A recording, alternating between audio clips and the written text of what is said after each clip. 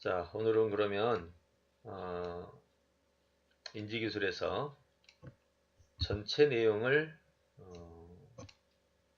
관계요약 없이 한 문장씩 하지 않고 한 단락의 내용을 바로 주제 파악을 하는 방법에 대해서 오늘부터 다루겠습니다. 오늘까지 이제 이야기글을 다루고요. 다음 주부터는 이제 오늘 지난주하고 이번 주처럼 하루 종일 하는 게 아니라 오전만 하게 됩니다. 인지기술은. 그러니까 이야기글은 오늘 여기까지가 큰 흐름을 잡고요. 다음부터는 나누어서 하게 됩니다. 자, 전체적으로 주제를 파악하기 전에 우리는 한 문장씩 파악을 했고, 그 다음에 그 한 문장씩을 연결했고, 그 다음에 두세 문장씩을 덩어리 글이라고 하죠. 덩이글. 예, 덩이글을 가지고 연결해 가면서 주제 파악을 했죠. 이제는 덩이글이 아니라 단락글 자체, 이 글 한 편 자체의 주제를 바로 찾는 겁니다. 자, 설계 지침은 먼저 워킹 메모리를 활용해야 됩니다. 네, 먼저 잘 들으셔야 돼요. 워킹 메모리란 글을 덩이 단위로 나누는 겁니다. 덩이글. 그러면 덩이로 나눌 때 기준은 뭐냐? 주어가 변경되는 것, 방향이 바뀌는 것, 재료가 바뀌는 것, 시간이 바뀌는 것, 공간이 바뀌는 것, 길이가 바뀌는 것. 자, 예를 든다면 사례를 한번 보여줄게요.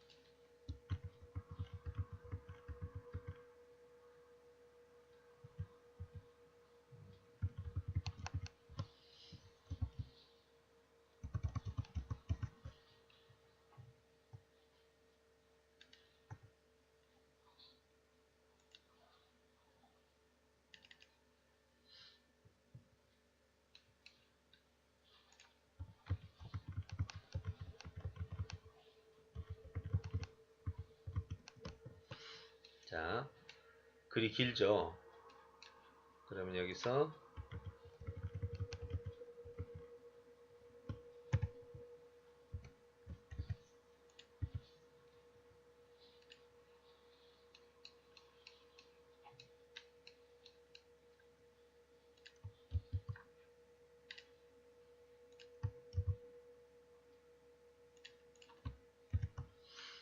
자, 덩이 단위로 나눌 때 이 내용에 따라서 한번 나눠볼까요?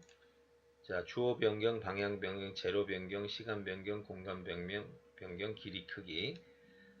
자, 그러면 먼저 사우랑 시대에 어떤 남자가 아내를 두고 떠났습니다.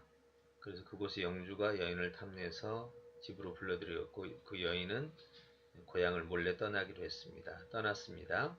그녀가 그 고장을 떠나고 얼마 후, 그러면 주인공은 그 여인인데 시간이 바뀌었죠. 얼마 후라고. 그러면 여기서 나눠줘야 되겠죠. 그 다음에 여인의 꿀 항아리를 맡았던 사람의 아들이 결혼을 하게 돼 갑자기 꿀이 필요했어요. 그는 지난번에 맡아두었던, 여기서 이제 이 사람이 돈을 항아리에 나누고 꿀을 채웠죠. 네, 꿀 속에다 그 돈을 숨긴 거예요. 그리고 다른 거냐로 떴는데 꿀이 필요했어. 그래서 꿀을 좀 쓰려고 뚜껑을 열었더니 그 속에 돈이 나왔죠. 그래서 돈을 모두 가져가 버렸죠. 그리고 나서 시간이 또 흘려요. 여기도 주어가 그 친구 남편이 되겠죠. 네. 주어가 바뀌었고 시간이 바뀌었어요. 여기도 시간이 바뀌었죠. 다시 여인으로 주어가 바뀌었어요. 그러니까 또 나눠지죠. 그 다음에 이제 여기서 여인은 이제 남편에게 죽은 남편 친구를 고발을 합니다. 고발하니까 이제 재판관이 주어로 바뀝니다. 그러니까 재판관이 이제 질문하니까 여기도 주어가 바뀌고 그러니까 덩이가 나눠지죠.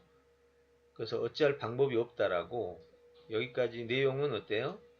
돈이라도 어찌 아는 증인이 있는 거 없습니다. 저만 압니다. 그러면 증인이 없으니까 할 수 있는 방법이 없다. 그래서 사우랑한테 가봐라. 이렇게 해서 이 재판관의 이야기가 여기서 끝나고 사울을 만나러 갑니다. 재판관에서 여인으로 바뀌었죠. 또 내용도 사울왕과 관련된 내용으로 바뀝니다. 사울왕도 얘기 들어보더니 증인이 없어서 재판을 못하겠다. 그러면서 낙심해서 돌아갑니다. 집으로 돌아가는 도중에 훗날 왕이 될 다윗을 만나죠. 또 바뀌죠. 주인공은 여인인데 대상 다윗의 내용으로 바뀝니다. 내용이 바뀌죠. 그래서 여기서도 쭉 정리해 보니까 다윗과 쭉 얘기를 합니다. 그래서 다시 사울왕을 찾아가죠. 여기서 다윗과의 이야기가 쭉 되고, 그리고 마지막 여기서는 이제 결국 다윗에게 재판을 부탁해라 해가지고 다윗에게 재판이 다시 넘어옵니다. 네, 그러니까 덩이글이란 말이 무슨 말인지 알겠죠? 네, 이렇게 주어가 바뀌거나 방향이 바뀌거나 재료가 바뀌거나 시간, 공간, 크기, 길이가 너무 길면 이때도 바꿔줄 때가 있어요. 네. 자, 이제 워킹 메모리가 뭔지 알겠죠? 워킹 메모리에서 첫 번째가 덩이로 나누기다. 자, 그럼 이제 덩이로 나누면 여기서 덩이를 나눌 수가 있겠죠? 예, 배가 한 척이 파손됐어요. 파손된 배에는 아버지가 있었고, 예, 아버지는 어떤 사람이에요? 용감하고 수영을 잘했어요. 여기까지가 한편 덩이가 되겠죠? 여기까지가 아버지에 대한 소개. 그 다음에 두 번째, 이건 내용이죠. 재료가 바뀐 거예요. 이제 재료가 바뀌었습니다. 그는 하면서 다시 나옵니다. 아이들에게 아이들을 구하기 위해서 이제 행동을 개시하죠. 여기까지는 아버지를 소개한 거고, 여기는 아버지에 대한 이제 그 아이들을 구하려는 액션. 그리고 이제 아버지가 실제로 여기서 여기까지 연결될 수 있겠죠. 여기서부터는 아버지는 필사적으로 노력을 했어요. 어디까지? 예, 아버지는 아이들을 구하고 기진맥진하고 사람들을 만류했지만 아들에게 마지막까지 갑니다. 뛰어들었습니다. 여기까지. 꼭 한다면은 여기서 만류했다는 것까지. 근데 아버지는 다시 여기까지. 예, 이런 식으로 덩이를 나누는 거예요. 뭐 약간씩 틀려도 상관없어요. 어차피 우리는 한 문장씩도 했고 전체로도 하니까. 그럼 이게 무슨 말이냐? 바로 여기서 주제 문장을 씁니다. 그러면 스토리가 머릿속에 좀 안 잡히죠. 그러니까 스토리 없이는 이걸 주제 문장을 만들면 오류가 나와요. 그래서 먼저 이렇게 생각하는 거예요. 봐요. 이제 같이 해봅시다. 첫 번째 덩이 나누고 덩이 단위로 주제를 파악하고 제목으로 연결하는 거예요. 네, 여기서 보면 자, 이 문장은 파손된 배라는 핵심어죠. 다른 건 빼버리고, 그 다음에 이 문장은 6명의 아이를 데리고 탄 아버지, 파손된 뭐 침몰선이라고 바꿨어요. 아이들과 함께 있는 아버지, 6명은 빼도 되죠. 아이들과 함께 있는 아버지.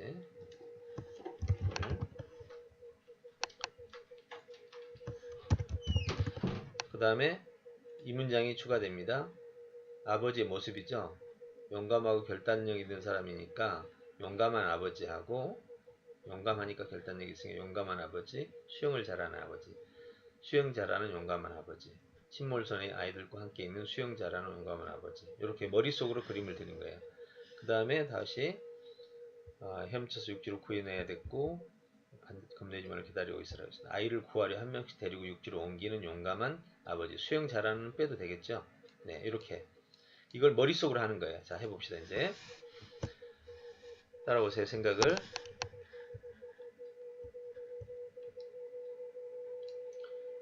파손된 배.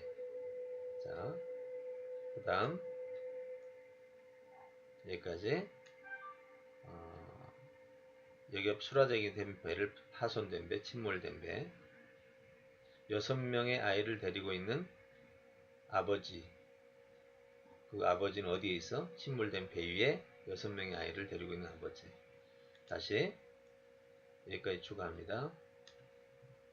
머릿속으로 따라가는, 머릿속으로 이렇게 하는 거야. 그냥 머릿속으로. 그거를 친구들하고 같이 토론하는 겁니다. 침몰선 위에 있는 6명의 아버지. 6명의 아버지, 6아이들의 아버지, 6아이들의 수영 잘하는 용감한 아버지. 예. 그럼 6명은 빼도 되죠, 이제. 침몰선에 있는 수영 잘하는 용감한 아버지. 그럼 여기서부터 여기까지. 이거는 이제 구해내는 수밖에 없었습니다. 이거는 여기까지 묶어줘야죠. 그러면 아이들에게 반드시 너를 겁내지 말고 있어라 하고 한 아이씩 지금 이렇게 지금 가고 있습니다. 그러면 아까 뭐라고 그랬어요? 이걸 기억하고 있어야 돼. 수영 잘하는 용감한 아버지. 그래서 이제 수영 잘하는 용감한은 필요 없으니까 그냥 아이들을 하나씩 구해내는 용감한 아버지. 바다 위에서 한다면 수영을 잘하겠죠. 용감한 아버지. 어떤 아버지? 아이를 하나씩 구해내고 있는 용감한 아버지.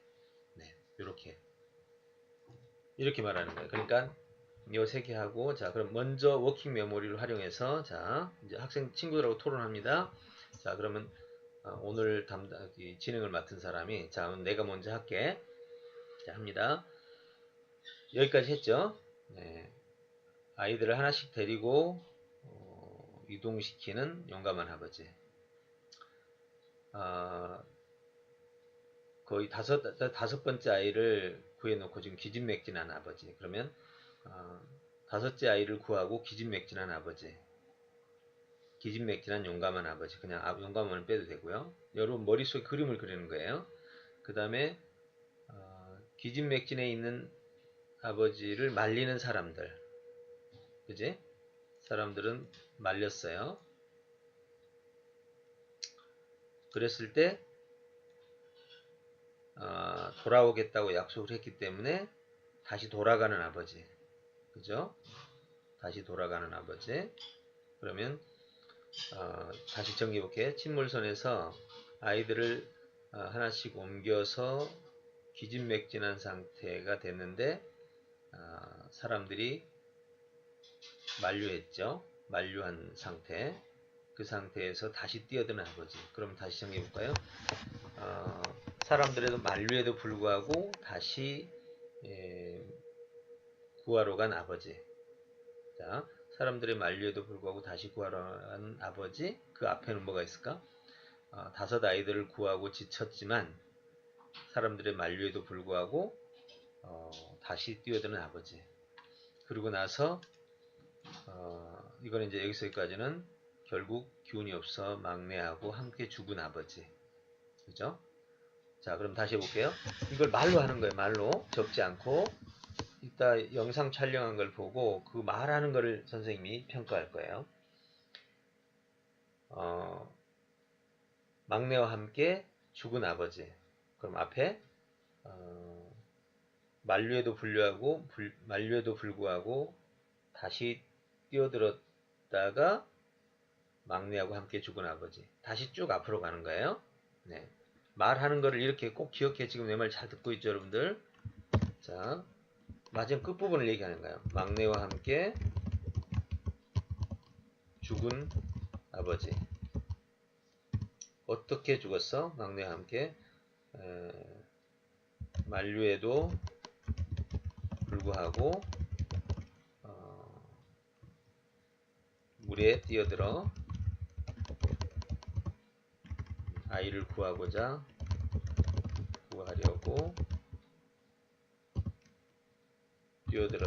물에 뛰어들었다가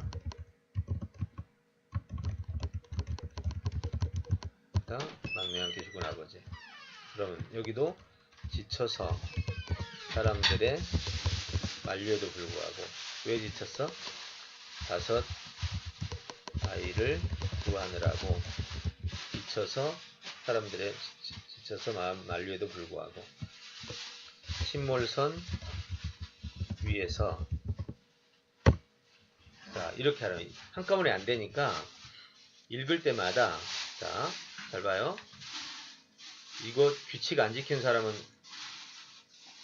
그거가 틀린 거야. 이제는 여기서는 다른 거 없어. 여기서는 글로 기록하는 게 아니기 때문에 침몰선 위에서 그죠? 여기서 다섯 아이를 데리고 탄 아버지, 그래서 다섯 아이를 구하느라고 여기서 지쳤죠. 예, 지친 아버지. 그래서 팀몰리스는 다섯 아이를 구하느라고 지쳐서 사람들이 만류하는데도 불구하고 물에 들어간 아버지. 신몰리온에서 다섯 아이를 구하느라고 지쳐 사람 말려도 불구하고 아이들 구하러 물에 뛰어들다가 막내와 함께 죽은 아버지. 계속해서 거꾸로 올라가면서 말을 해요. 자, 다시 한번 해보겠습니다. 파손된 배, 다섯 아이의 아버지, 파손된 배 위에 다섯 아이들의 아버지, 다섯 아이들의 파손된 배 위에서 다섯 아이들의 용감한 아버지, 수영 잘하고 용감한 아버지. 그럼 하나 빼고, 그 다음에 파손된 배 위에서 다섯 아이의 아버지. 그러니까 이제는 다섯 명을 데리고 가죠. 예. 아이들을 하나씩 구하는 아버지. 파손된 침몰선 위에서 아이를 하나씩 구하는 용감한 아버지. 자, 여기서부터는 다섯 아이를 구하고 지친 아버지. 어떤 다섯 아버지? 다섯 아이들을 구하고 나서 지친 아버지. 침몰선 위에서 아이들을 하나씩 구했는데 다섯 아이들을 구했으니까 이 다 포함하죠. 다섯 아이들을 구하고 지친 아버지. 그 다음에 여기서 사람들이 만류하죠. 이건 만류하는 건 굳이 안 해도 돼요. 자, 지친 아버지. 그럼에도 불구하고 다시 마지막 아이를 구하기 위해서 뛰어든 아버지. 마지막 아이를 구하기 위해서 뛰어든 아버지. 다섯 아이를 구하고 지쳤지만 막내를 구하기 위해서 뛰어든 아버지. 그 다음에 막내와 함께 죽은 아버지. 막내와 함께 죽었죠? 그렇지만 막내와 함께 죽은 아버지 앞에가 뭐야? 지쳤지만 물에 뛰어든 아버지. 지쳤지만 물에 뛰어들어 막내와 함께 죽은 아버지. 그 앞에가 뭐지? 다섯 아이들을 구하고 지쳤지만 물에 뛰어들어 막내와 함께 죽은 아버지. 어렵죠? 이걸 머릿속에서 한다고. 이걸 해야 머릿속에서 방금 주제가 나온 거예요. 방금 이렇게 정리하니까 주제가 나왔잖아. 그래서 머릿속에서 주제를 찾아버리는 거야. 근데 지금은 처음이니까 하나씩 이렇게 머릿속에서 풀어가는 거지만 앞으로는 이제 읽으면서 이게 바로 머릿속에 들어와. 그런 게. 그러고 나서는 이제 주제 문장을 구한단 말이야. 자, 그럼 주제 문장 써보자. 자, 주제 문장입니다. 방금 우리가 했으니까 아버지가 주어지. 아버지는 동사는 죽었다지. 죽었다. 어떻게 죽었어? 막내와 함께 죽었어. 어떻게 죽었어? 물에서 죽은 거지. 막내를 가슴에 안고를 좀 이제 배워보자. 막내라는 것은 여기 없는데 마지막 아이죠. 예. 마지막 아들을 가슴에 안고 죽었죠. 그럼 이제 이 말은 같이 죽었다는 뜻이겠지. 자, 그 다음에 이제 스토리를 만들면 되죠. 아들을 구하기 위해서 뛰어들었어. 그럼 여기서 이제 아버지는 가슴에 안고 죽었어. 그 스토리 과정을 쭉 살피면 기진맥진해서 이제 마지막 아이를 구하기 위해서 물에 뛰어들었지. 다섯 아이들을 이동시키고 지친 상태. 이동시키고 지쳤지만 다시 물에 뛰어들어 마지막 아들을 가슴에 안고 죽었다. 그러면 다섯 아이들은 여기죠. 다섯 아이들을 계속 이렇게 구했어요. 용감한 아버지죠. 나머지는 파손된 침몰한 배 위에서 다섯 아이들을 데리고 탄 아버지죠. 근데 다섯 아이들을 이동시켰으니까 6명이죠. 6명을 이동시켰으니까 당연히 6명의 아버지죠. 수영 잘하는 용감한 아버지는 침몰한 배 위에서 5 아이를 이동시키고 지쳤지만 다시 물에 뛰어들어 마지막 아들을 가슴에 안고 죽었다. 네, 이게 주제죠. 근데 이걸 하기 위해서 지금 뭘 하느냐? 이걸 하기 위해서 지금 단락 지문을 넣고 여기서 머릿속으로 머리와 말로 하는 거예요. 여기서 머리와 말로 표현을 하는 거예요. 기록하지 않고. 예전에 이제 문장으로 기록했죠. 기록하지 않고 바로 말로 하는 작업입니다. 그래서 주제 문장을 찾고 이제 주제 문장이 나오면 여기서 네. 선생님은 지금 이렇게 했다가 했고 지금은 이 답을 보지 않고 그냥 또 했어요. 자, 비교해봐요. 선생님이 답을 해놓은 지 며칠 됐기 때문에 기억 안 난단 말이에요. 단지 비슷하죠, 내용이. 아버지는 죽었다 가라앉았다. 마지막 아이와 함께 마지막 아들을 가슴에 안고 5 아이들을 구하고 지쳤지만 아이들을 필사적으로 구조하다가 침몰한 배 위에서 용감하고 결단력 있는 용감한 아버지는 수영 잘하는 도주가 됐고, 예. 그러니까 6명 아이들은 여기 6명, 5명과 하나이니까 6명이죠. 네.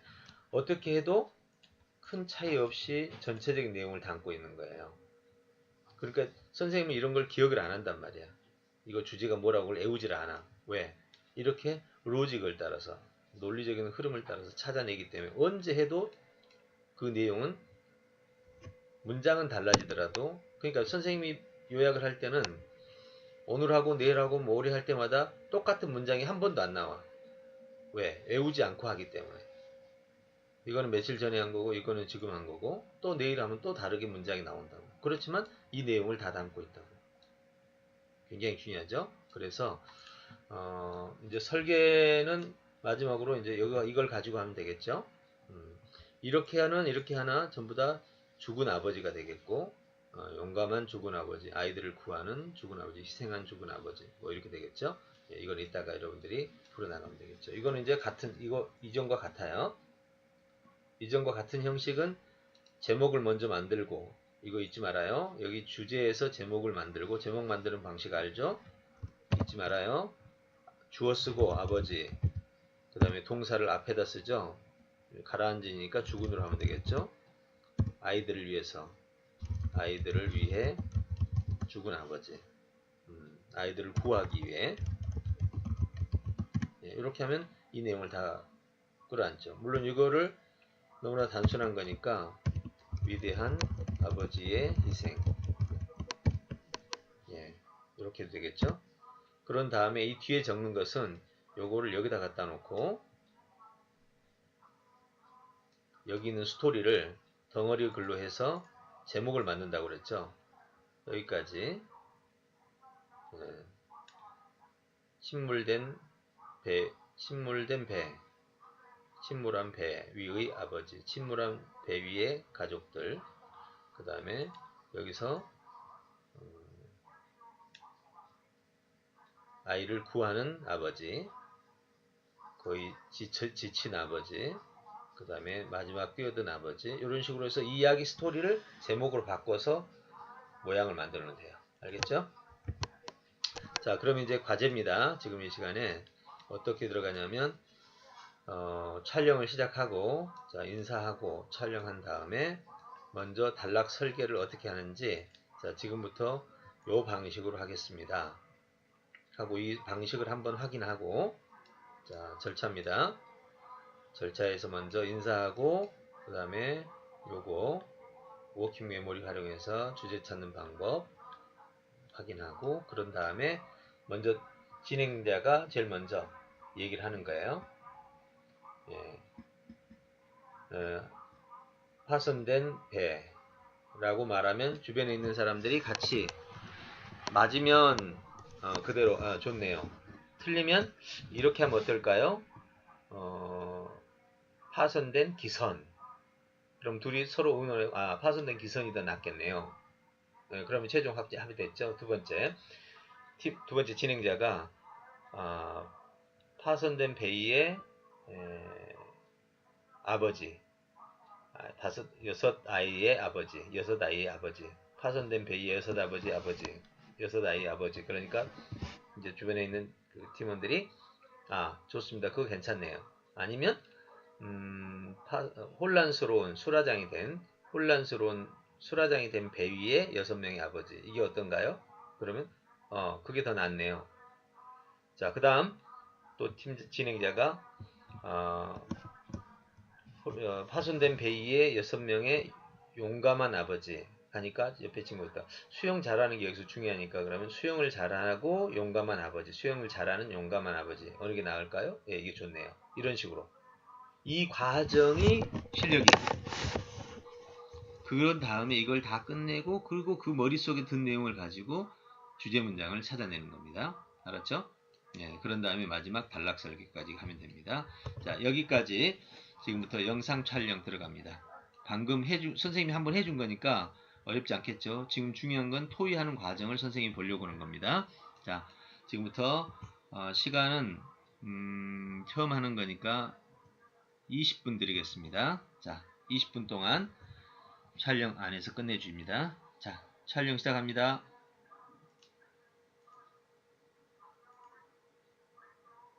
자, 질문할 사항 있으면 질문하세요.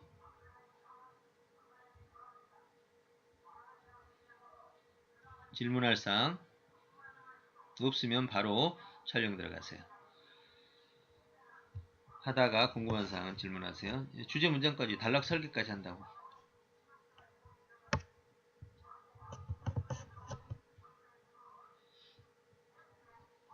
주제 문장까지 하고 주제 문장까지만 하세요. 10분 정도 걸리겠죠?